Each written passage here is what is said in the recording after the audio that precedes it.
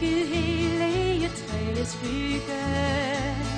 Står det hvide sten der begge to, beret om en ganske selvsom lykke, og om et elskovspar det her vil gå.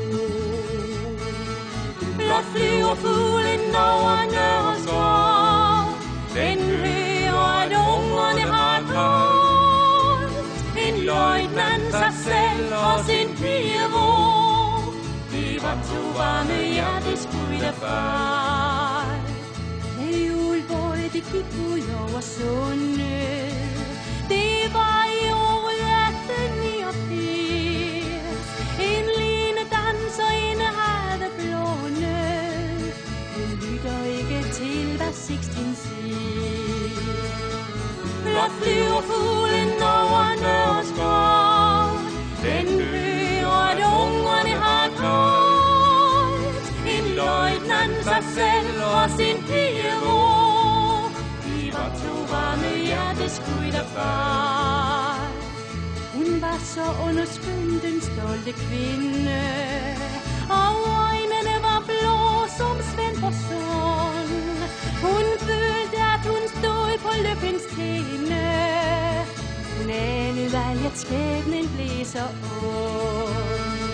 Blot flyver fuglen over Nørre Skov, den hører, at ungerne har koldt.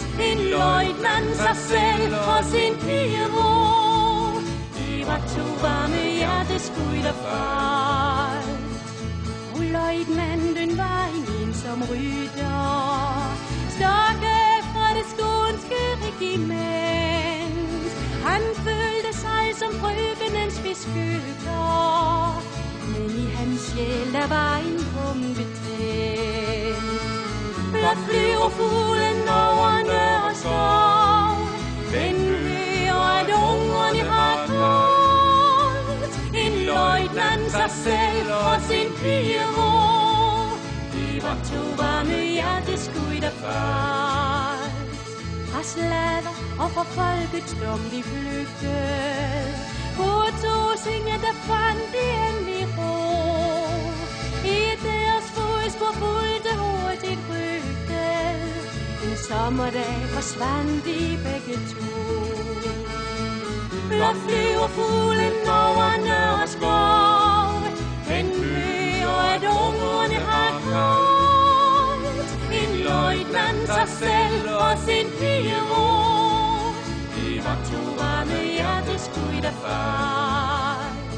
De lå så smukt ved siden af hinanden, de elskede trængsler var forbi. En blodig bøg havde kysset dem på panden, men Sixten og Elvira var nu fri. Blot flyver fuglen over Nørre Skov, den hører at ungerne har koldt. En løjtnant sig selv og sin pige hvor, de var to varme hjerteskud af far.